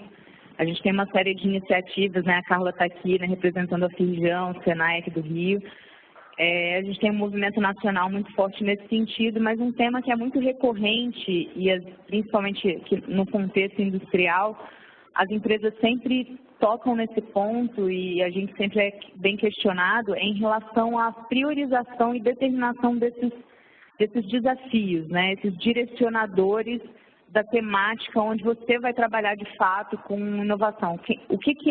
Como que vocês definem, né, dentro do contexto que vocês já apresentaram aqui, das experiências que vocês já têm e de ações futuras, como é que eu defino qual é o tema central, qual é o ponto que eu vou captar, que eu vou buscar, que eu vou, ora, montar um programa, ora, captar startups que já estão um pouco mais avançadas no mercado? Como é que vocês definem esses temas, esses desafios? Bem, eu vou começar porque tem uma ligação para mim super gostosa de fazer, que é, lembra que eu te falei do carro, né? Mal construído ou mal utilizado, mata, giz, risco e tal. Eu sempre brinco que como inovação aberta, o meu maior desafio é conseguir tirar um desafio de uma área. Imagina um diretor chegar falando assim, não, beleza, eu tenho um desafio aqui que eu preciso resolver, mas eu não sei como, então resolve para mim. Tudo que está na cabeça dele é assim, fudeu, não vai dar mais certo, cara. Vão me demitir. Se eu tenho um problema que eu conheço e não sei resolver, eu sou incapaz. Eu sempre brinco que o meu maior desafio é tirar desafio das áreas. Vamos lá, com certeza não é uma regra que vale para todo mundo, mas o que funcionou muito bem para a gente foi aquele sisteminha de POC. É uma adaptação do conceito para a nossa realidade, onde a gente pegava, seja uma pesquisa de instituição de ensino, uma solução de startup ou até mesmo algo desenvolvido dentro de casa, e desenvolvia aquela experimentação e entregava para a área com a obrigação apenas de que eles testariam e dariam feedback. Nesse sentido, a gente começou a entregar soluções que eles não esperavam. E eu acho que essa é uma pergunta que sempre acontece no começo. Você entregou um caso, 2, 3, começou a dar 10 certo, bicho, eles vão começar dizendo, eu estou com um probleminha aqui. Na sexta-feira antes do Carnaval, a gente surgiu lá uma demanda, sistemas de visão cognitiva. A gente tem hoje um funcionário que ele é pago para ficar olhando, né, checagem de qualidade. E não querendo só jogar confetinho para cima, mas assim, a gente tem um processo que funciona muito bem, a nossa gestão de qualidade é super eficiente também, e esses funcionários, eles hoje gastam muito do tempo deles vendo carros perfeitos. Como é que a gente transforma esse checador de qualidade num resolvedor de eventuais problemas? E aí surgiu essa demanda, precisamos urgente. Mas como é que é? Peraí, vamos dar uma olhada para trás. A França, a mãe França, ela está trabalhando com sistemas para implementação em todas as fábricas do mundo, com os maiores players do mercado, e isso com certeza vai levar uns 2, 3 anos para chegar. Eles falaram assim, vocês têm 2, 3 dias para achar algumas startups que a gente possa tentar resolver alguma coisa. E eu lancei nas redes sociais, você deve ter sido impactado, inclusive, dizendo, queremos alguém, não podemos aceitar nada menos do que pronto nesse momento, porque a gente precisa de alguém para pôr na linha, para ver se aquilo é realmente resolvível com o que a gente tem chamado de sistemas de visão cognitivos. Se sim, ótimo. Vamos lá, um passo para trás, senta, vamos definir quais são os critérios, vamos fazer uma busca mais ampla, vamos encontrar outras empresas, não só essas que conseguiram chegar até a gente no susto, e vamos fazer alguma coisa um pouco melhor, mais rápido do que eles, mas não tão cachorro louco. Mas funciona muito bem nessa forma. A gente já fez algumas entregas, deu certo, o próprio diretor de fabricação falou assim, olha, esse é um tema que está sendo tratado, tá? Vai levar uns 2 anos para chegar, vocês têm 2 dias para tentar me trazer alguma coisa. E funcionou. A gente tem pelo menos 3 excelentes soluções para colocar amanhã lá dentro e ver se isso funciona para a gente ou não. Bom, no nosso caso, acho que a gente está em períodos de maturidade um pouco diferentes. Quando a gente começou a construir o mapa de inovação da Rumo, fui lá visitar alguém, em 2016. Hoje, eu não consigo falar de inovação para todas as áreas da Rumo ao mesmo tempo. Então, a gente está priorizando e a gente conseguir atingir toda a empresa. Então, nosso desafio 2018 é falar de inovação para as áreas de engenharia ferroviária e engenharia de automação. No ano que vem, a gente já expande para engenharia portuária e de terminais. E a partir de 2020, a gente começa a expandir para toda a empresa. Então, como que a gente tem feito hoje? Perguntado para a área de negócio, principalmente os REDs, o que são problemas para eles e que outros têm para resolver. E a gente tem tido um aceite bem bacana de todas as áreas que têm contribuído bacana. Umas 3, 4 semanas atrás, a gente fez um workshop em Santos, onde, junto com as áreas de negócio, com a curadoria do diretor local, a gente perguntou para eles que eram problemas e eles não tinham perspectiva de resolver nesse caso, que são itens que é o item que foi cortado do carro no ano passado, que era muito ano e que eles talvez não saibam como resolver, que a gente precisa ter um desafio tecnológico, as regras, os manuais de referência, principalmente óbvio, né? É uma inovação para o nosso negócio, ele enfrenta um desafio com uma barreira que vai ser implantado e utiliza um método para se resolver. E a gente partiu de uma lista lá de 100 problemas iniciais no primeiro dia e chegamos no final com 10 problemas, que é o que vai nortear nossos objetivos de operação desse ano sobre a ótica de inovação. Então, são problemas que a gente não tem recurso, a gente não sabe a tecnologia que vai ser adotada para resolver e que a gente não sabe o prazo para resolver. Então, a gente vai descobrir isso ao longo desse ano, desde a captação do recurso, e ele vai ser um recurso extra, que não está no CAPEX da companhia. E também o desafio tecnológico e uma solução da descoberta é muito parceria do Senai local e com outras instituições que nos apoiam. A Rumo tem funcionando bem, tem sido um fator de mudança cultural, tem sido um fator de disseminar a cultura de inovação na Rumo. A gente espera que, tendo sucesso nesses itens, aconteça igual tem acontecido com a Renault, e sustentar o modelo e que a demanda se torne muito mais ativa do que passiva. Posso pular para outra pergunta, tudo bem? A gente vai ter que encerrar em breve, e eu sei que tem mais uma pergunta aqui. Boa tarde, eu sou Marcelo Klein, da Experiência Profissional da Vale. Eu quero saber se vocês sofrem pressão para apurar e dar visibilidade aos ganhos financeiros que a área de inovação traz. E, se, em caso positivo, como é que você gerencia esse risco de essa ansiedade por monetizar esses ganhos no curto prazo não venha sufocar a inovação? Eu sofro isso muito em excelência operacional também.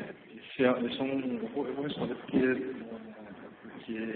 eu acho que é o ponto mais importante que a gente tem que enfrentar lá hoje. De apresentar ganho financeiro dado o nosso momento. A gente está validando uma proposta de valor, validando uma estratégia, então eu estou tentando ser muito simples na compra. E apresentar um ganho que não tem um cálculo muito complexo por trás, porque aí a gente vai levar a discussão para a história de projetos, outros itens de rentabilidade de longo prazo, etc., que eu acho que não é o que a gente está buscando agora.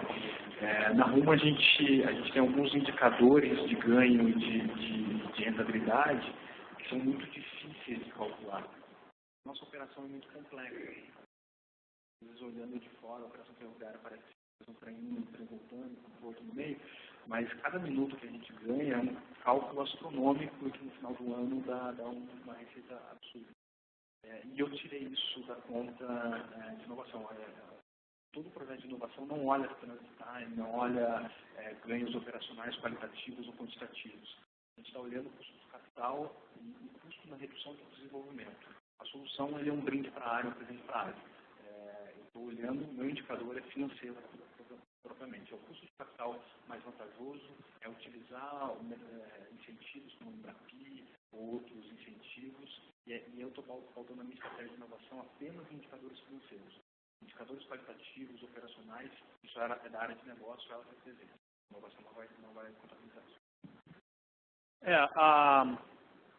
Como a definição dos projetos são todos baseados na missão da empresa e as verticais são todas baseadas no planejamento estratégico da companhia, a gente já sabe muito bem onde atacar e o tamanho da lacuna que a gente quer atingir, né? Então, o projeto, a gente não vai implementar ele para ganhar 5, 10 milhões de reais. A gente vai implementar ele para ajudar a bater uma lacuna de 500 milhões de reais em produtividade, né? Então, não é um único projeto, é um conjunto deles. O projeto de inovação ele tem que fazer parte de um conjunto, ele tem que fazer parte de um propósito dentro da companhia, onde ele não vai resolver o problema da empresa inteiro. Então, ele vai ter que se somar a vários outros para atingir todo aquele objetivo, né? Então, a gente até tenta mensurar isso, às vezes a gente tenta até calcular isso, mas a gente entende que a gente precisa bater aquela lacuna, aquela oportunidade de negócio que a gente tem. Eu só queria falar também, de novo, tá rapidinho. Na verdade, assim, quando você tem que provar a viabilidade financeira de uma ideia, você não está falando de nada inovador, você está otimizando um processo. Se eu vou... Não, na real, assim, a gente tem uma série de... A gente ainda hoje, para o que a gente chama de disruptivo, a gente tem que fazer uma ficha de valorização, uma ficha de business value, para poder provar com a área, junto com o controle de gestão, para depois chegar no fim do ano ter um número. Mas a constatação é essa. Se você está fazendo a validação financeira de uma ideia, provavelmente você está só cortando 2 para 1 e pronto. Não está falando de inovação de verdade, não está gerando dinheiro novo. Esse é um foco que a gente está tentando mudar. A gente tem condições de gerar ganhos de cost avoidance, cost reduction, mas a gente quer falar de dinheiro novo. É o que a gente consegue trazer de receita para a empresa, não de corte de custo. Geração de novos valores, né? Está liberado para mais uma pergunta. Só porque eu sou legal, viu? Liberou. Vou pedir para vocês responderem a pergunta e já se despedirem para a gente ir finalizando, tá bom? A pergunta vem lá aqui. Obrigada por tudo que vocês estão compartilhando com a gente. Meu nome é Evelise, eu trabalho na Startse, não sei se muitos conhecem, nós fizemos conexão do ecossistema. Integrei recentemente o time e fiquei muito curiosa ao ouvi-los, porque nessas semanas que eu estou lá na Startse, eu tenho ouvido as demandas das corporações, basicamente por dores que todos vocês já conhecem, e eu tenho notado algo que, segundo o time da Startse tem sido recente, antes nós éramos abordados por vocês, times de inovação, E, recentemente, nós temos sido abordados pelo Departamento de RH, pelo Departamento Jurídico, porque parece que os times de inovação, como vocês têm bem dito, têm olhado para fora, em algo disruptivo, etc. E a empresa em geral, e principalmente os times de RH, têm buscado como que a gente vai implementar, que foi a primeira conexão que foi feita no painel, a cultura inovadora, porque isso é necessário para, né, tudo que vocês já abordaram aí.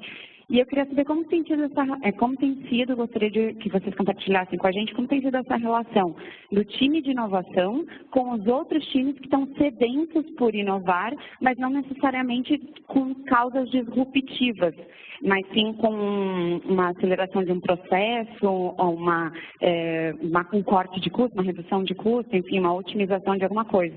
Vocês têm conseguido atender ou vocês têm dito para eles, vão sozinhos, caminhem, se precisar, gritem? Pergunta de jornalista é sempre muito bom, que vem uma palestra junto. Então, vamos lá. O legal, assim, a gente está, esse projeto da realidade aumentada, a gente começou a desenvolver ele numa unidade lá em Chapecó, é uma unidade bem grande, uma das mais importantes da BRF, e a gente envolveu um time de 15 áreas para desenvolver o escopo do piloto. Lógico que não foi um escopo gigantesco, né, porque a gente sabe que a startup nem sempre ela vai conseguir atender todo aquele escopo.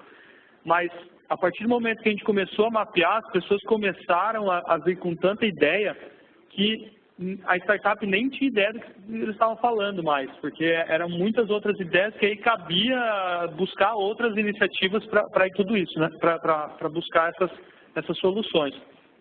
Então, quando a gente envolve todas as áreas dentro do desenho de um escopo, mostra a tecnologia e trabalha realmente na cultura, eu acredito que você começa a fomentar isso e as pessoas começam a ir sozinhas. E também tem aquela questão assim, a partir do momento que começa a falar inovação dentro da empresa, como você falou que outras áreas têm procurado a Start, outras áreas têm me indicado a Start para olhar. Eu falei, não, eu conheço a Start, é muito bom que vocês tenham procurado isso, porque é coisa nova. Então as pessoas elas estão procurando mais também, isso tem que ser levado em consideração. Eu gosto de dizer sempre também que, assim, inovação é legal, né, cara? Tipo, quem não quer trabalhar num escritório colorido, com puff, rede, snacks à vontade? Cerveja, todo mundo quer, cara. As áreas de tecnologia e de pesquisa, elas acabaram indo antes, justamente, porque era isso que era para acontecer. Engenharias, tecnologia, marketing, porque eles já estão mais ligados a esses processos. Mas o nosso jurídico, o nosso RH, o nosso compras também está indo atrás. Primeiro, porque é legal, pacas.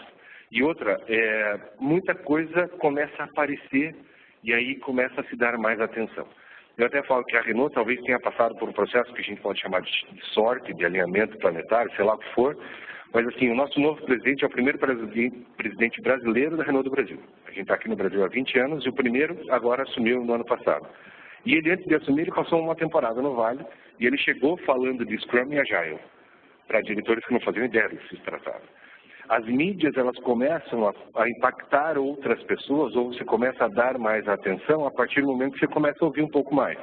Então, o diretor de TI compartilhar uma notícia sobre realidade aumentada em, sei lá, exames de laboratório, pode não fazer o menor sentido para o cara do jurídico na primeira vez. Na 10ª que ele ouviu, ou ele quer também ter um assunto legal para comentar no próximo Retel, e ele vai começar a olhar. Funciona mais ou menos assim, porque é legal, porque é bacana, todo mundo está afim, e, mas será que isso não pode trazer alguma coisa para mim também? A gente tem um programa super bem estruturado, chama Renault Digital na França, aqui vai ser no Brasil América Digital Hub. Eu tenho um monte de coisa que posso compartilhar contigo, Control Towers com áreas, mais TI, sabe? Um monte de coisa legal, mas aqui não vai dar tempo, a Lu não vai deixar. Mas eu acho que quis dizer um pouco dessa brincadeira. É hype, é cool, né? Vamos todo mundo ter cerveja no escritório, né? Eu acho que a gente também é um processo bem parecido com isso. Desde 2014, depois da mudança da companhia, da aquisição do Grupo Cosan, a gente vem trabalhando aí na mudança cultural, depois do turnaround que a antiga IDL sofreu.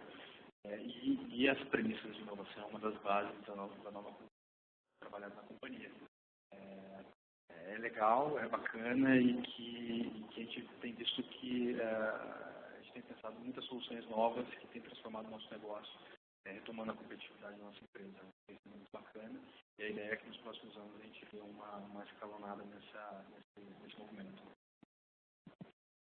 Com a gente não é diferente, a gente inclusive, já tivemos um programa de inovação corporativa, uma série de iniciativas internas bem estruturadas, né, onde nós tivemos oportunidade de ter plataforma de ideias, uma série de coisas, e muito aprendizado, talvez um momento que a organização ainda não tinha uma maturidade suficiente para dar continuidade a esses processos. Acabou que a gente não teve o avanço, né, desses programas, e hoje o que a gente procura é ter disponibilidade, né? Então todo mundo é dentro de um ambiente onde o tempo está completamente concorrido, mas o time de inovação é muito empolgado, né? É o que ele falou, é cool.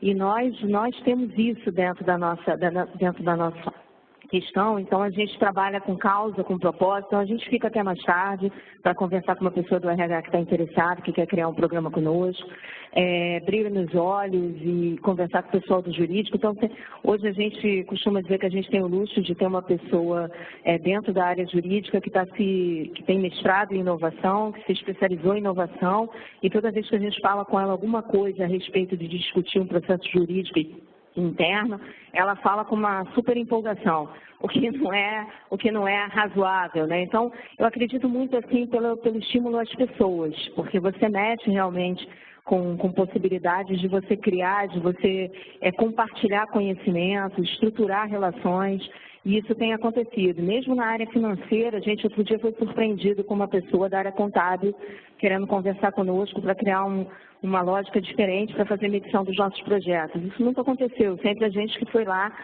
pedir. Então, acho que esse movimento acontece muito pelas pessoas, por esse estímulo e por essa disponibilidade, né? Estarmos próximos. Eu acho que toda vez que você está próximo, fala sobre o assunto, conversa muito, é possível que você dinamize essas relações dentro da organização e aí facilite toda a questão. Gente, chegamos ao final do nosso painel. Queria agradecer a vocês pela disponibilidade e pela generosidade. Muito obrigado a todos vocês. Oi. Obrigado aqui aos nossos painelistas, Grenteste, Carla, Ciro, obrigado ao Lucas também, vocês. Muito bom, obrigado. Podem ficar à vontade. Vai passar por trás de mim. Bem a sua cara fazer isso. Bem a sua cara fazer isso. O bom de ser amigo do pessoal da inovação é que a gente pode fazer essas coisas, né? Lu, obrigado, você também, super mediação aqui, obrigado, agora você se despede por eles, que não se despediram. Eu pedi autorização para o Alexandre para fazer um jabá aqui. Hoje eu tenho 2 chapéus, eu sou professora na FGV, a ESC, lá em São Paulo, e eu participo de uma pequena empresa, o Hub, que está de verdade brigando para a gente conseguir ter mais startups de hardware. Na quinta-feira a gente vai ter o encerramento de um piloto que a gente fez de residência de startups de hardware, e quem vai falar é o Alexandre Mocinho. Então tem mais um motivo para quem for de São Paulo, quem estiver em São Paulo, aparecer lá, gente. Então, todos super convidados. Obrigada pela atenção de vocês. Obrigado. Super professora Luciana Rajiba conosco hoje. Gente, obrigado. Agora, recadinhos importantes, né? Guardem as credenciais de vocês, porque ela é o acesso de vocês para retornar aqui ao nosso auditório. Então, por favor, tomem cuidado com as suas credenciais, viu? Bem dito. Tá? Agradecer mais uma vez aos nossos apoiadores, tanto a Vale, a Votorantim, a SAP, a Elo Group, a Ambev, a Ambeia, a Influ, a Cisco, a FGV, o Sindicato de Empresas do Rio de Janeiro e também a PUC. Esse evento é um evento colaborativo, sem fins lucrativos. O nosso objetivo é que a gente consiga fomentar cada vez mais o trabalho do inovador, porque o executivo de inovação, no passado a inovação lá vinha, né? O cara colorido era o cara que era publicitário, que andava de all-star vermelho, né? E aí o pessoal da tecnologia estava no final do corredor só com pizza e água, e cerveja escondido. Agora não, né? O cara que estava no final do corredor, ele é o grande responsável pela mudança, né? Tudo passa pela TI hoje, e de vez em quando agora ele fica tirando o pessoal da publicidade, né? Então mudou. Então o cara não é mais o publicitário criativo, são gestores, e aí é legal que a gente une a criatividade com a disciplina. Essa é muito legal. Sobre o nosso almoço, gente, informação importante. A gente fez um convite para o pessoal do restaurante Vamos, que fica aqui no próprio Cita América, um restaurante... Desculpa, perdão. Restaurante fica no Downtown. Bom que o pessoal daqui, né? Eu sou um carioca sem carioca errado, né, cara? Eu sou um carioca infiltrado entre os paulistas, assim como eu sou um empreendedor infiltrado entre os investidores. Mas vamos lá. O restaurante Vamos fica no downtown, que é o shopping aqui ao lado. O ticket médio entre 35 e 40 reais. Vocês podem fazer uma refeição completa e também tem refeições que valem para 3 pessoas, que também está no mesmo ticket médio. Então, o restaurante cabem 200 pessoas lá, então cabe todo mundo lá. Fiquem à vontade para almoçar lá e, principalmente, aproveitem, fiquem com o crachá, fiquem com o credencial e tentem almoçar com pessoas diferentes, né? Se você vem em grupo, tenta se dividir, aborda uma pessoa diferente. O que você achou daquele gordinho que fala com sotaque carioca, não conhece nada do Rio? Falem mal de mim, não tem problema nenhum. Então, puxem assunto com as pessoas, que ficou mais importante, como eu falei agora há pouco. O nosso trabalho de profissional de inovação é muito solitário, a gente não sabe o que fazer. Um dia a gente está lá trabalhando feliz, contente, satisfeito no nosso PLT, pensando nas férias, um dia o chefe fala assim, olha, a partir de agora você é o cara de inovação, você é o head de inovação. Não tem nem cargo para você, te joga como head de inovação, porque não sabe onde vai se colocar. Então é um problema. Então conversem com as pessoas e quanto mais vocês compartilharem, mais nós vamos poder transformar. Tá certo? Peço a vocês que voltem, que às 14 horas venham para cá, às 14h15 nós vamos começar, e aí o nosso próximo recadinho. O Marcos Vinícius, do Ministério da Ciência, do Ministério do Desenvolvimento, teve um problema pessoal, ele infelizmente não vai poder apresentar para a gente às 14 horas. A gente fica muito triste com isso, vocês fazem nesse momento. Eu sei, mas ele não pôde vir, infelizmente, tá? Mas é um motivo realmente sério, a gente espera que ele fique bem o quanto antes. Mas no seu lugar, o Paulo Costa, um dos indicados a melhor mentor do Brasil, melhor mentor de negócio pela Associação Brasileira de Startups, já estava programado para o final do dia, vai começar a apresentação às 14h15 aqui no palco, impreterivelmente. Às 14h15, Paulo Costa, da Century, vai falar para vocês sobre os estágios de relacionamento com as startups. Então, 14h15 a gente começa e, na sequência, o professor Jonathan Levato, da Stanford, vai estar conosco. Uma boa tarde para vocês, sejam muito bem-vindos.